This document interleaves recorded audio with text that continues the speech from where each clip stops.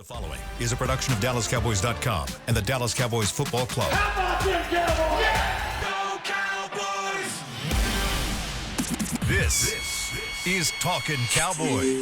Streaming live from the Dallas Cowboys World Headquarters at the Star in Frisco. C.D. Lamb, touchdown. End zone, Jake Ferguson. Prescott keeps it, and he bangs it in for the touchdown. And now your hosts, Isaiah Stanback, Patrick Walker, Josh Rodriguez, and Kyle Youmans.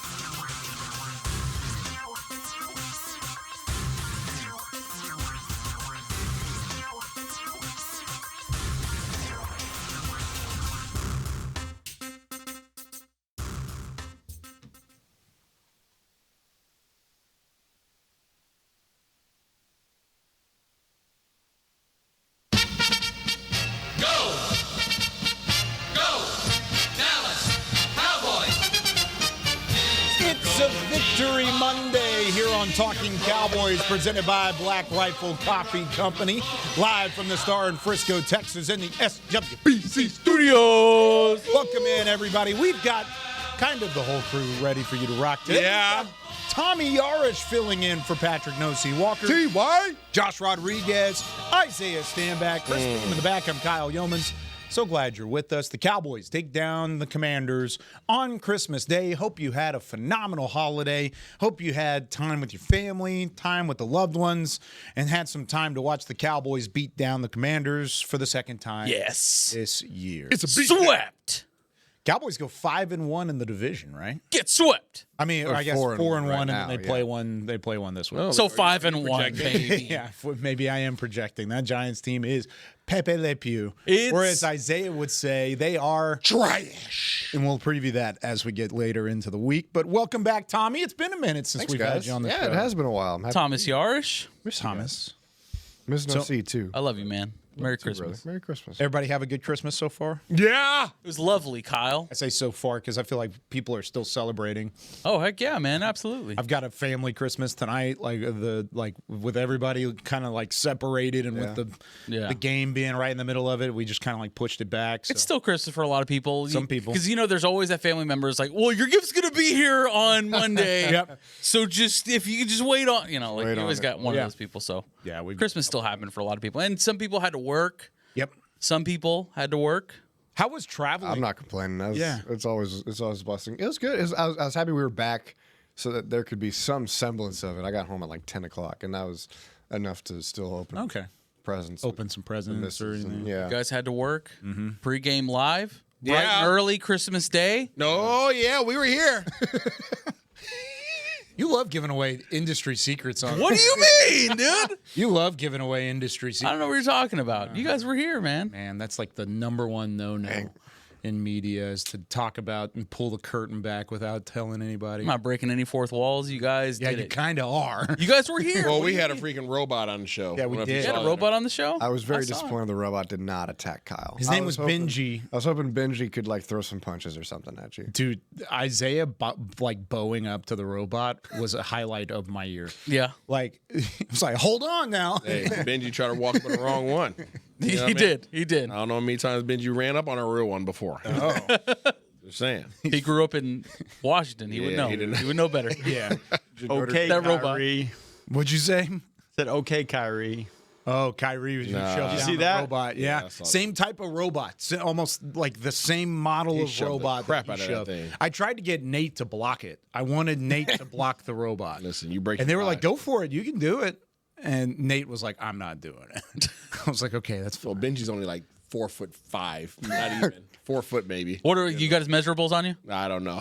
He didn't look like he was heavy enough to handle a push. We're in the 540. The way he Projected walked fifth-round around the studio was clank, clank, clank, Yeah, clank. he was I mean, wild. it He was was heavy-footed. he was heavy. Got some girth to him for sure. All right, let's get into some news and notes. Tommy Yarrish. Don't know how to segue into from it, that, but All right, Kyle. Yeah, thanks, Kyle. Welcome back. No, biggest news is their Week 18 against. Yeah, going, there's Tommy. no way to segue from that. Biggest news is Cowboys Week 18 game against the Giants will be Sunday at noon. It could have been Saturday, but they're keeping the 2 playoff games. I think both of them are. One of them's winning in. The other is for the 1 seed, I think, in 49ers and Seahawks. I don't know if it's to clinch the 1 seed, but it's an important game for the 1 seed. Was there like a legit, realistic chance they put Dallas on Saturday there? They've only played on Saturday once Since they've started doing it. Yeah, and it was the first year since they started doing this. This is 4 straight years of playing on Sunday. The only reason I would think maybe is if there was number 1 pick implications, which there still are, but not in the Dallas game. They would have to put the Raiders game on as well. Yeah. If the Raiders win and the Giants lose, I think the Giants get the number 1 overall pick. So I think both of those games will be noon games on Sunday. And so Dallas closing out on the road at noon. That's your biggest piece of news and notes for that. And then other than that, I'm trying to think if there was anything. It was a quiet weekend, man. Yeah, very quiet weekend. You know, we'll see. The biggest thing we'll find out either today or tomorrow is whether or not Dak Prescott's going to play. Yeah. I think when you listen to Brian Schottheimer after the game, he got asked about it, and he was like, yeah, I'm just going to go drink some eggnog, and then we'll decide on that later. I don't see any reason why Prescott plays in this game. I mean, he got hit 6 times. He got sacked 6 times. He got hit 11 more last week. I just don't think it's worth it. I don't think he should have played the last 2 games. There it is. Every snap that he had in the second half, I know. I heard Isaiah, like a disturbance in the force. I heard Isaiah go, no! I mean, we were in studio, and every time he even remotely was chased down, both of us were just like this. The whole time. It's like, don't take the chance. Why? You had Dexter Lawrence out there. What are you doing? Here's my thing, right? In today's NFL, the backup quarterback position is so important because you just never know. Yes. You never know. Look at all these teams around the NFL that have had to lean on backups. And, I mean, Phillip Rivers, for one instance. And if you're going to have a guy that is behind Dak Prescott, who, looking at his history, has suffered injuries in certain seasons, you need somebody that's had games under his belt. The Cowboys don't have that anymore in Cooper Rush, who was that for so long. Joe Milton hasn't started a game yet in his NFL career. Maybe the one in New England. I don't know if that was a start, but nonetheless, the guy needs the reps. I think he should have gotten them the last couple of weeks. I mean, would you feel differently if Dak Prescott played one series and then gave it to Joe Milton?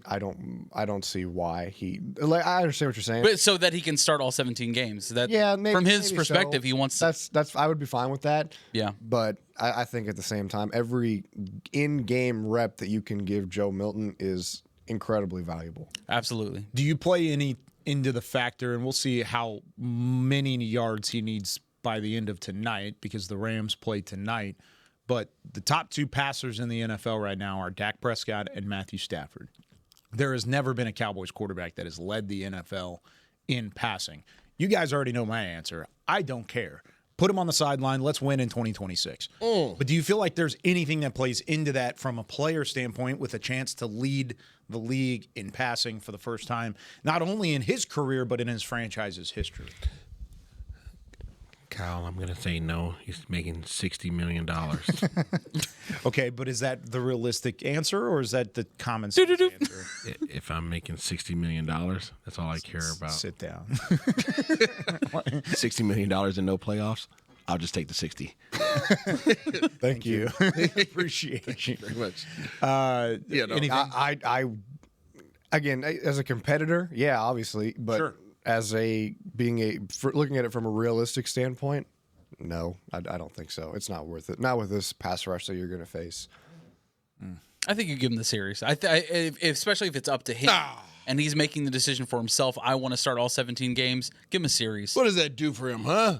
That lets him start all 17 games. I'll give him a snap. Give him a snap. Give him a snap. Run the ball to Javonte. Take a knee. Just take a knee. Literally, like 2nd and 11 to start the game. Run the ball to Javonte and then get out of there. Honestly, I'll take it, but I will not. I want him off the field, obviously, but I understand from like you said, the competitive standpoint. Dak Prescott vocally has been saying, I'm playing these games, so I get it, but he wants to. I don't like it. He wants to be there. I believe it was Ryan Clark who had some commentary on it on a national. Ryan Clark? How he listened to our stuff and copied me, bro? It was very similar to what Isaiah was saying. I think he did actually listen. Yeah. But what he was saying was mirroring what you said last week, Isaiah, which is there's no reason. Sit your down. Yeah. Protect Protect yourself from the player from yes. himself. That's why he definitely listened to Talkin Cowboys. Yeah, he 'cause said that. Yeah. Exactly. Yeah, exactly. Yeah, that's one of the things that I disagree with Brian on, is that decision. Of Schottenheimer? Yeah. Yeah.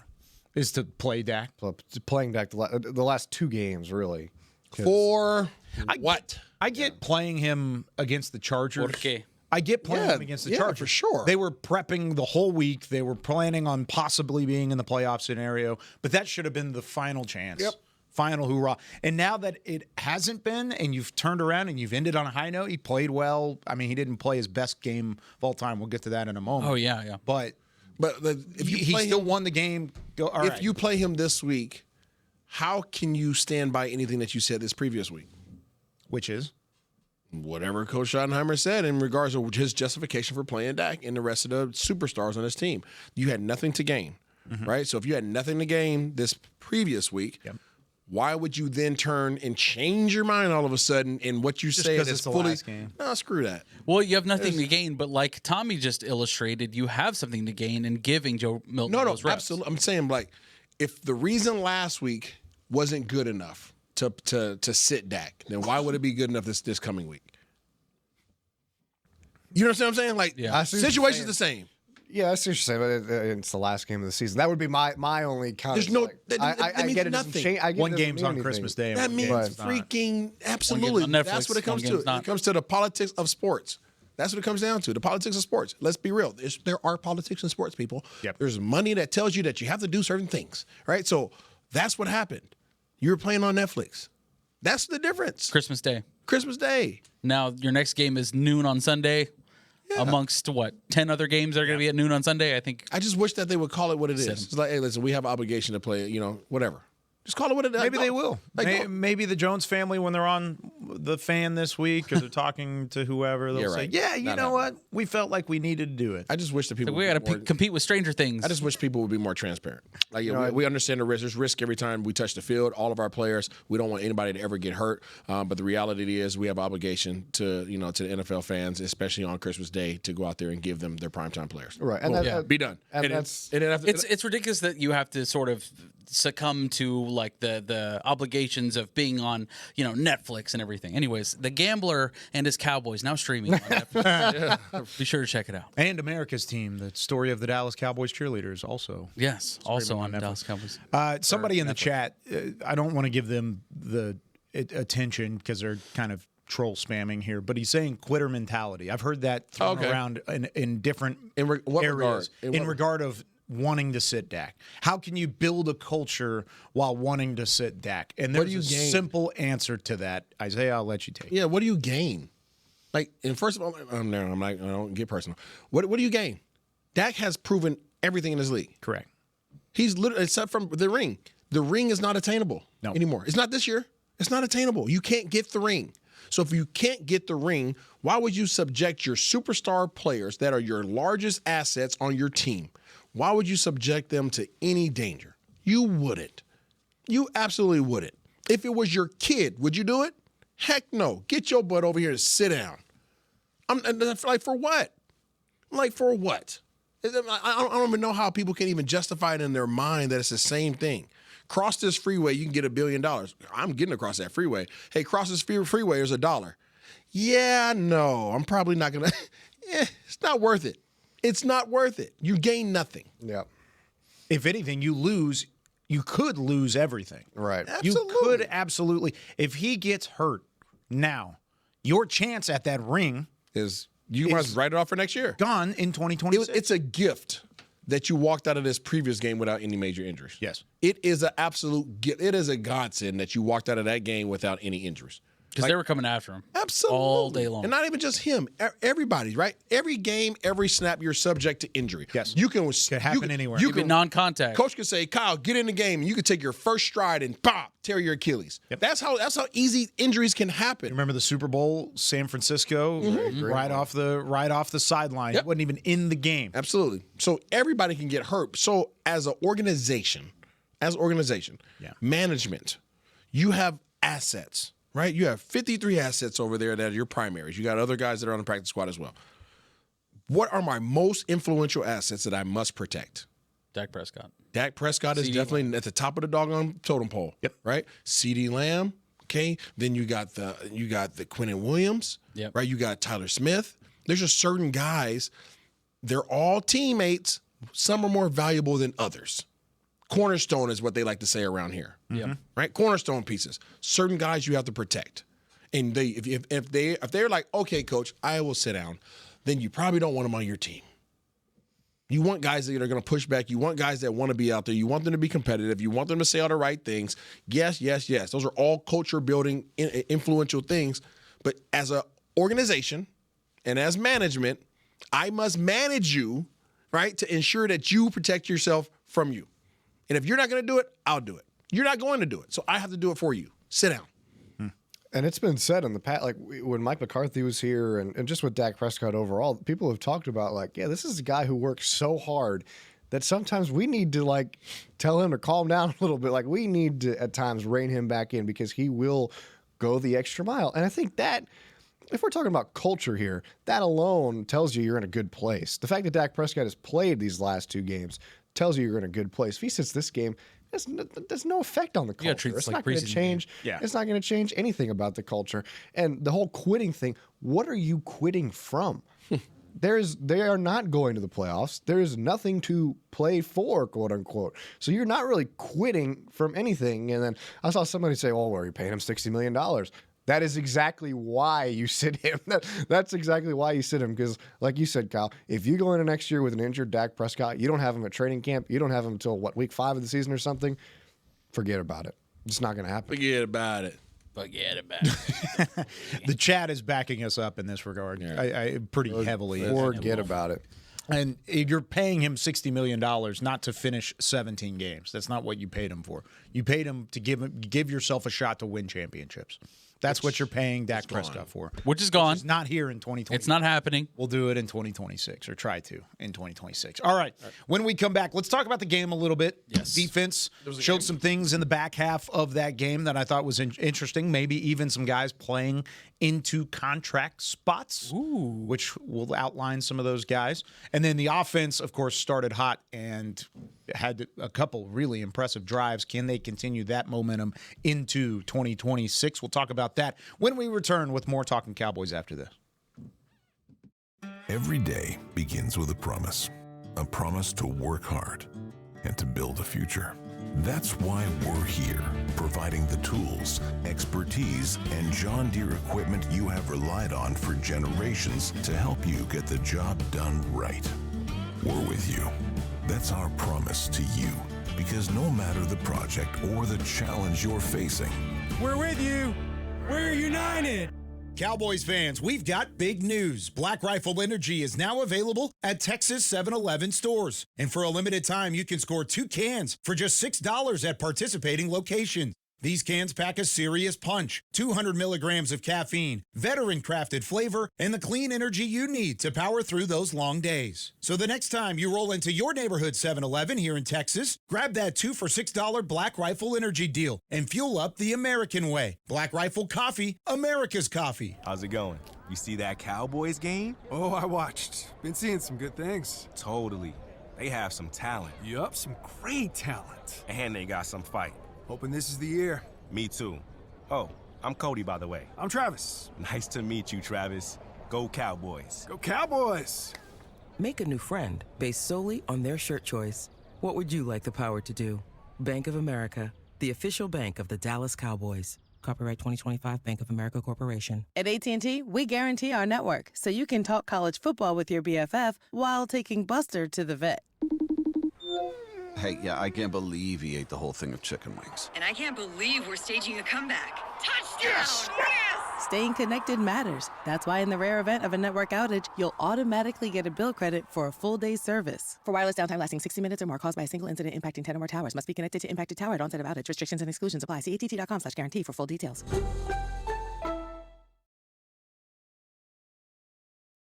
Back to Talkin Cowboys.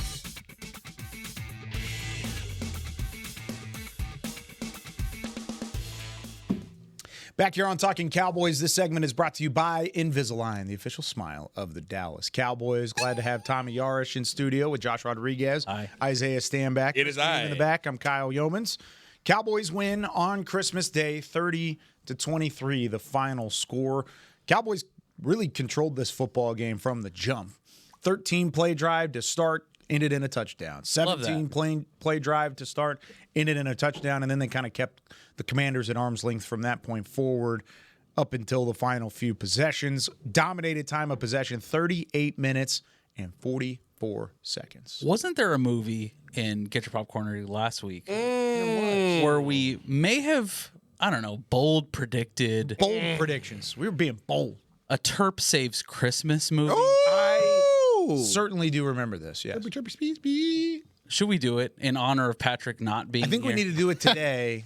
And then first thing tomorrow, kind of like how we played the sounder to open the show. Yeah. I think we need to play it tomorrow when Pat is back. Because he can't get away from this. Nobody tell Pat anything. Keep it quiet. Don't let him know. Don't slide up in the DMs. What are you talking about? Spoil this. Talking about what? I'm talking about this. Beamer. Are you paying attention? Dag nabbit. He's on the toilet. Yeah, I'm paying attention. I just try to find it. He's got an iPad. He's got a There it is. or a Lenovo He's got tablet. a Rolodex. Lenovo tablet. Yeah, that's it. You know about this? Quick as a flash, they call me turpentine. Wide receiver dreams, I'm a yardage gold mine. Kickoff returner streaking through the skyline. A blur in the field, can't catch this lifeline. Turf burns hot, but my moves stay icy. The boys in the back, yeah, they hype me nicely. Speed so sick, call it lightning spicy. They chase shadows, but they'll never slice me. Turpy, speed. Zoom, no one can lead. The torpedo don't concede. Turbo, yeah, I'm the Saves Christmas. We almost heard a Turpy speed. Come on, man. I had it in the postgame. Hot fire. Did you? Oh, heck yeah.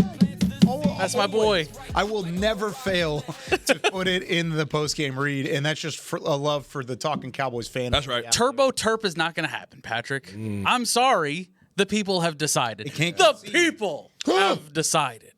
It's Turpy speed. They're going right, it is. Anyways, I just quick shout out to that. Boom. Predicted the commodity Turpin touchdown. Granted, I said it was the fourth quarter, but the offense played like that was the fourth quarter. That just stopped playing after that. You know what I'm saying? Yeah, that's part of the problem. Pretty true, yeah. Looked great in the first half, did everything they wanted to, and then had the big play, 86 yards, and then after that it was none of it. What a throw by Dak, though. What Brilliant. a throw, huh? My goodness. He missed a couple of those. He had a bad day. I mean, arguably he had a bad day. Yeah, I think you could consider. And he threw for over 300 yards, but that was like a poor performance. And he said it. As poor of a performance as you'll get from Dak in the year 2025. He mentioned it in the post-game press conference. He said, I missed some throws. And he said the first one that I thought of when he said that was the CeeDee Lamb throw where CeeDee had two guys beat over the top by 4 yards each. And he underthrew it. And he said, in the middle of the throw, I was already disappointed in myself. He knew he didn't leave enough on it. I was like, okay, so at least you knew. At least he sees it, and he can improve upon it. The Commanders were 26 giving him fits. And something that Isaiah's alluded to this season is that Dak's ability to get the deep ball out there. The velocity. The zip. Velocity, no raptor. No, it's true. I hope that they allow him to sit this last game, and so that he can go on vacation and enjoy his family, and then he can get back stronger, because the velocity has not been there this season. It just hasn't. That's not an indictment on him. It just is not what it was, and understandably, because he's coming off of a hamstring injury, that would limit his ability to throw as strongly, as ferociously as he once was able to. So he needs some time. So hopefully he's able to get some of that back. And you know, as a passer, when it's just not there. You know what I mean? Like you know it's not there, and that is a part of his game with these weapons that he has to get back. Yeah, he's not as much drive now as he is just kind of finesse and touch. I think we've seen that a lot with some of the crossers to CD and Pickens this year. And then on his deep balls, he's not necessarily trying to, like you said, drive and put it 100 miles an hour downfield. He's getting it up and letting guys run underneath it. And which leads to a lot of defensive pass interferences and if the ball's hanging up there in the air, that's a tough spot for DBs to be in. So to a degree, there's an advantage to that. I don't know about you guys, but I think we saw some Marty ball from the younger shot. You think so? On Thursday. How so? There was time of possession. I mean, those first 3 drives felt like forever. It was awesome. 5 minutes, 18 seconds, 7.5 minutes, the quick drive with Turpin. But I think they had 4 drives that lasted longer than 5 minutes. That's pretty good. And I think the only thing that you get concerned about is, number one, still the defense. And number 2, why can't the offense continue to score points in the second half? I think in this game it was a mixture of penalties and Washington's pass rush started to get home. Johnny Newton had an unbelievable game. Yeah, he did. 3 sacks, right? He had, I think, 2.5. They counted. I think they counted 1 as a half sack. Okay. But they've worn down instead of wearing other teams down, which we've seen them do at points this year. And so, is it just, hey, it's week 17? I don't know, but it's been going on for a couple of weeks now. So I think that would be what you're concerned about, and that's what you're looking to get right. I see 3 here. He had 3 sacks. 3? Yeah, he had them now. Newton did. What do I know? Yeah. Good for. I mean, he had a great game. He did. He was the whole defensive line had a great game. Yeah. You really liked what you were seeing. I mean, as a Cowboys fan, you didn't like it, but them tightening up in the second half was alarming to me because the defense was starting to get. I mean, the defense just wasn't great basically the whole game, right? And you kind of let them hang around for a while, and it was getting real testy there, especially in the fourth. Early in the fourth, you're like, are you kidding me, man? They're really going to... It was right when Moody hit the 23-yarder right before the end of the third. Yeah. And it was like, okay, now they're within striking distance. Yes. And that was where... I didn't think the defense played poorly. I know they weren't perfect. If that was any other quarterback other than Josh Johnson, you would be in kind of where I was leaning. Did they play well? No. Did they play great? No. Did they do what they needed to do against a bad offense and a team that struggled significantly on the offensive side? Yeah, I think they did. They gave up 23 points and 328 yards. Like, that's a normal game against a bad offense. So a Josh Johnson-led offense. He had this is his 10th career start. In the last 9, the team that he started for did not score more than 21 points. Okay, so maybe not as good of a... it just wasn't good. That's a terrible day. He went 15 of 23 for $198 and no touchdowns, no interceptions. That's Johnson's stat line. He looked incredibly comfortable. They gave up the chunk plays to Ja'Cory Krosky-Merritt. Yep. Oh. Like the 72-yard touchdown, that's inexcusable. No, you shouldn't be able to do that. Outside of that, I thought it was okay. I mean, outside of that, they had a really good day against the run. Yeah. I mean, that was one of the things that Washington thought they could lean on all day. And early on, that proved not to be the factor for them. They had to air it out and the unfortunate part is that they were able to start airing it out after a while. Yeah. Beamer was telling me just before we started the show is that 20% of all of Washington's plays were splash plays. So every 4 plays. Yeah, it's bad. They had a big play. 20%? 20%. One of every 5 plays. Yeah. That's wild. 23%. 23%. Crazy. Oh, wow. Yeah, that's pretty big. Because you look at Debo. Explosive plays. Debo had a 41-yarder where he decided to destroy Donovan Wilson. Oh, my God. On the sideline. Yes. Ja'Cory Krosky-Merritt had the 72-yarder. Samuel had a 29-yard rush. What did that sound like in the press box to you guys? Like, what was bad. He got worked. Was there any cheering in the press box? Not for me. That's good. Yeah, no, not for me. What about from Washington? No, yeah. I didn't hear anything. Oh, okay. We had like they're pros. Folks that are stats, like they're down from us, and you could hear them like, all right, 26, run, so and so on and so forth. So you just heard that the whole time? We were basically hearing that more or less the entire time. So your thoughts, Isaiah, on the way that the Cowboys defense performed in that game? It wasn't great. It was more of the same. It didn't matter where Eberflus was sitting. Pass rush is still Pepe Le Pew. Secondary still playing soft. Tackling wasn't great. It was more the same. I liked what we saw from one guy, Club 42 member, Jadeveon Clowney. He's been consistent ever since he got his feet underneath him, though. So, I mean, Jadeveon Clowney is a mercenary. He's a hired assassin. That's what he is. And he needed about 3 games to get his feet under him. It was good to hear him talk about, how next year he's going to be playing, whether it's here or somewhere else, but he's going to be playing. Sign that dude. And that he wants to go to training camp. That is something that you don't hear from veterans that have played for 12 years. So, he seems to be a sound player, both on the field and in the locker room. Sounds to be a good addition to this team.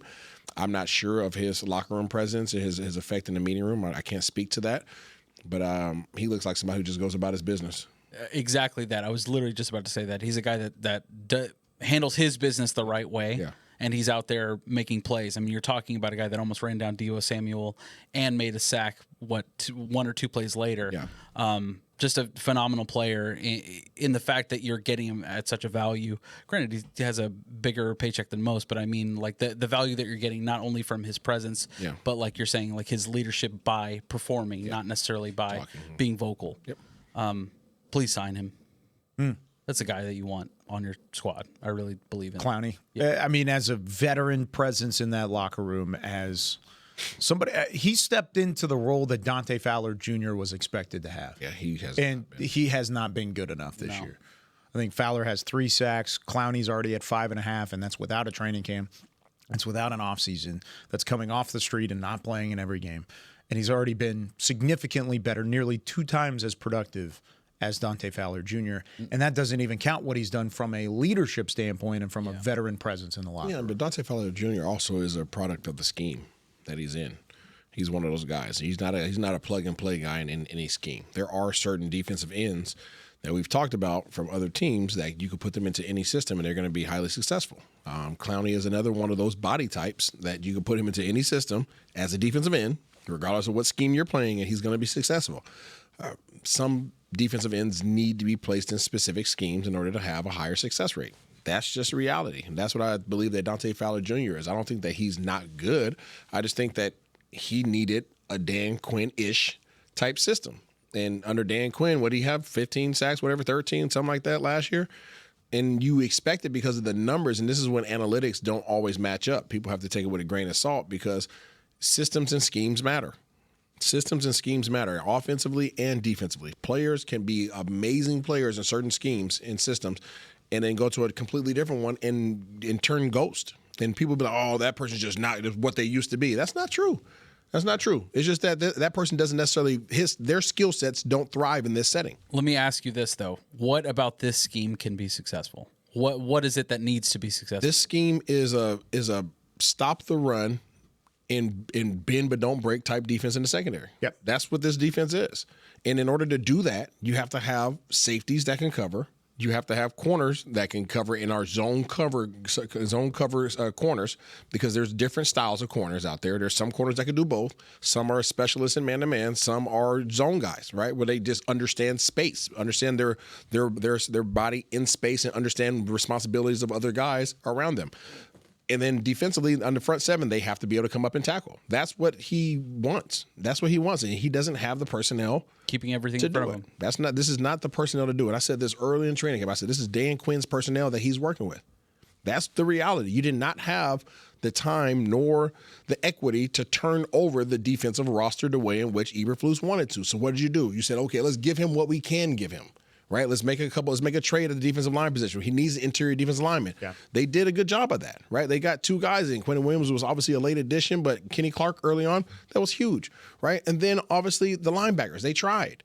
They swung and missed, but they tried, right? They brought in 3 different linebackers? Mm-hmm. So they tried to give him what he needed to be successful, but even when you started being successful against the run, you still didn't have the secondary that you needed. You don't have the guys out there. You don't have the coverage safeties. You don't have the zone coverage corners. Yeah. We've talked about that extensively throughout the year. This entire secondary could use an overhaul or just being healthy in its entirety. Guys like Rebel and Carson and Bland, add some guys to that group and make sure that they're healthy. Then I think you're at least headed in the right direction. I don't think they foresaw the issues with Trayvon. I don't think they foresaw the injury to Bland. I believe that they were overzealous in their ability to rehab Rebel. I think they were. So I think they swung. They had some hopium. Yeah. In terms of the secondary, they had some hopium in terms of the trade acquisitions at the linebacker level. They had a lot of hope, right? But they didn't have anything that was pertinent and evident, right? They didn't have that stuff that was sound going into training camp or coming out of training camp. The only things that were sound were the things that they had to pay a high dollar for in trade capital. Absolutely. Kenny Clark and Quentin Williams. Those are sure things. Mm-hmm. You knew those were going to be sure things. For sure. And you also knew giving away Micah Parsons was going to be a sure thing in the negative. So it was going to change, but they changed it in one spot and weren't able to do that in the other two. In the training camp, you could have argued that you had defensive end depth because they were playing so well. But now, hindsight, looking at it, it's like you didn't have the tackles that were able to put up a fight against those defensive ends. So it looked like you had great defensive end depth, and that just didn't happen. You had a deep room. You had depth because you had Micah Parsons. Yeah. That was your depth. But he didn't play at training camp. It doesn't matter. When he gets on the field, he makes everybody around him better. Yeah, there was I see what you're saying. And I think that they made the move thinking, okay, we've got guys here that we can trust. Yeah. And it just was not that just wasn't the right decision. Yeah. That they haven't been able to do that this year. What wasn't the right decision?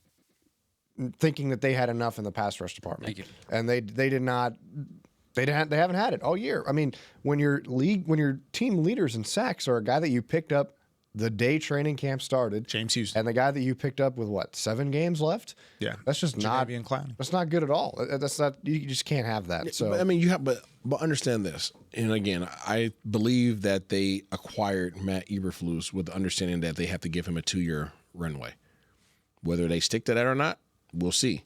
But I believe that that it was unrealistic to bring him in. Now, nobody expected the defense to be this bad. I think everybody was hopeful of it being middle of the road defense and lights out offense. That was if anybody thought this was going to be a historically bad defense, I'd like to see that. No. Yeah. The expectation was that they'd be middle of the road, right? 15 to 20, anywhere between there, right? You could have lived with and you could have lived with that, right? But bottom of the league that's a whole nother conversation, right? That derails the plans that you had set forth.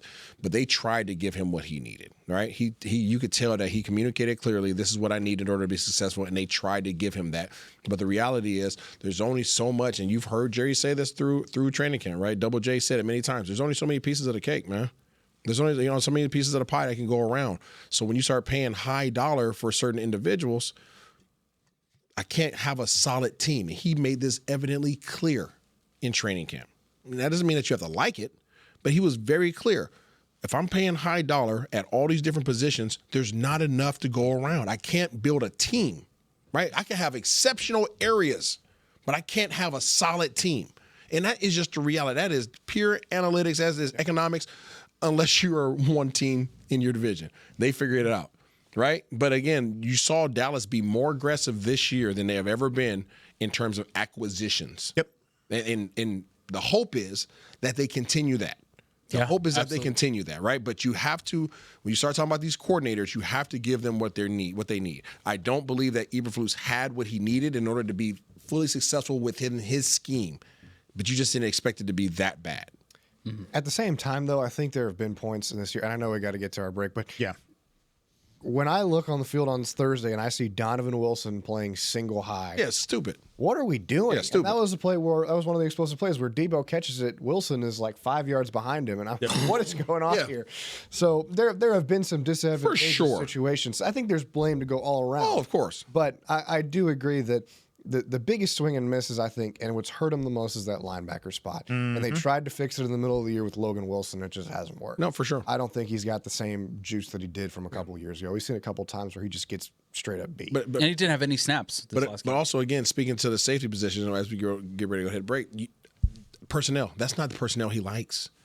You know what I'm saying? Like, you have a room full of strong safeties. You have one free safety by trait. Yep. One. And he's older. Yep.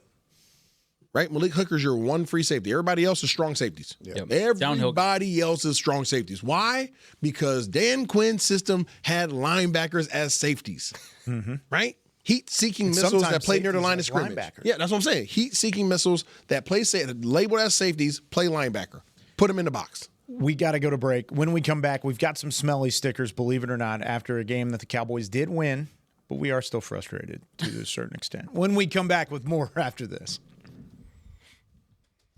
At AT&T, we guarantee our network so you can talk college football with your BFF while taking Buster to the vet. Hey, yeah, I can't believe he ate the whole thing of chicken wings. And I can't believe we're staging a comeback. Touchdown! Yes! Staying connected matters. That's why in the rare event of a network outage, you'll automatically get a bill credit for a full day's service. For wireless downtime lasting 60 minutes or more caused by a single incident impacting 10 or more towers, must be connected to impacted tower at onset of outage. Restrictions and exclusions apply. See att.com/guarantee for full details. It's the official men's skincare brand of the Dallas Cowboys, Jack Black. And right now, Cowboys fans can get 15% off their $75 order. Plus, because every deal needs a playmaker, your order will include a free 5-piece skincare set and free shipping. The Jack Black Playmaker is 4 of Jack's favorites and a full-sized intense therapy lip balm. Make a play for the Playmaker at getjackblack.com/Cowboys with the code CowboysVIP. That's getjackblack.com/Cowboys with the code CowboysVIP. If you shout, "How about them Cowboys?" you have that undeniable passion that's the heart of Cowboys Nation. And if you like to drink Dr. Pepper, you love the unique blend of its 23 flavors. Together, your one-of-a-kind fandom paired with the one-of-a-kind taste of a delicious ice-cold Dr. Pepper is the game day lineup that can't be beat. Better yet, gather your Cowboys and Dr. Pepper fan friends to watch the next game and crack open a delicious ice-cold Dr. Pepper for everyone.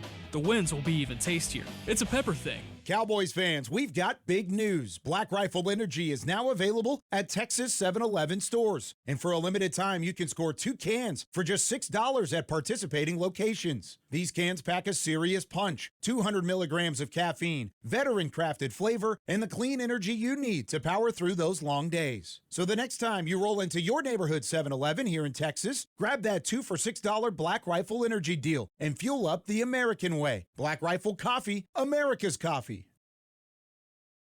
Back to Talkin Cowboys. Back here on Talking Cowboys, presented by Black Rifle Coffee Company, here from the Star in Frisco. Wear your Cowboys gear to a Black Rifle Coffee location and get 10% off your entire order if you wear your Cowboys gear to that Black Rifle Coffee location. Get after it. No. 10% I have off one. your entire Don't you order. do that to me? What is it? It's my hat, buddy. The hat is a Cowboys hat. It's a Cowboys hat. Yeah. Branded by the NFL. See, look, right there. Yeah, buddy. Yeah. All right, time for our Smelly stickers, a tradition that we've had here on Talking Cowboys for years to come. And it is our form of helmet stickers, our players of the game. We're going to let Tommy Yarrish, our esteemed guest, join us and get us started off the top rope. All right, off the rip. One guy who wore this helmet on Thursday and did so while sustaining, can you believe this? He's the 4th Cowboys player in the last 3 games to get poked in the eye. Oh, wow. And have an eye injury. Ow. So his eye is swelling up in the middle of the game to the point where Dak Prescott's like, yeah, man, you got to go back to the sideline. Like, you can't touch this ball. But he still came on the field, got you 20 carries for 104 yards. Malik Davis, I've got this, what I believe is a plate of like spaghetti and meatballs. Mm-hmm. And it says hungry. Hungry. Malik Davis was hungry, and they fed him. I like it. On Thursday. 100-plus yards, his first career 100-yard game as a rusher, so career highs and everything. Well done, Malik Davis. We'll see if he can see today. That's going to be something interesting. If the swelling in his eye has gone down, you kind of need to be able to see to run the ball. Yeah, that's usually pretty good. But yeah, hungry was Malik Davis. It's hard to live your life with just one eye. Yeah. All right, Kyle. What? Boo-hoo. It is. It's hard. All right. Boo-hoo.